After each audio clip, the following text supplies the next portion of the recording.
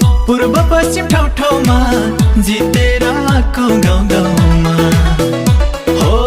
पूर्व पश्चिम ठाउँ ठाउँमा जितेर आएको गाउँ गाउँमा मनकारी छौ हामी, आउ नजिक हाम्रो छेउछाउमा।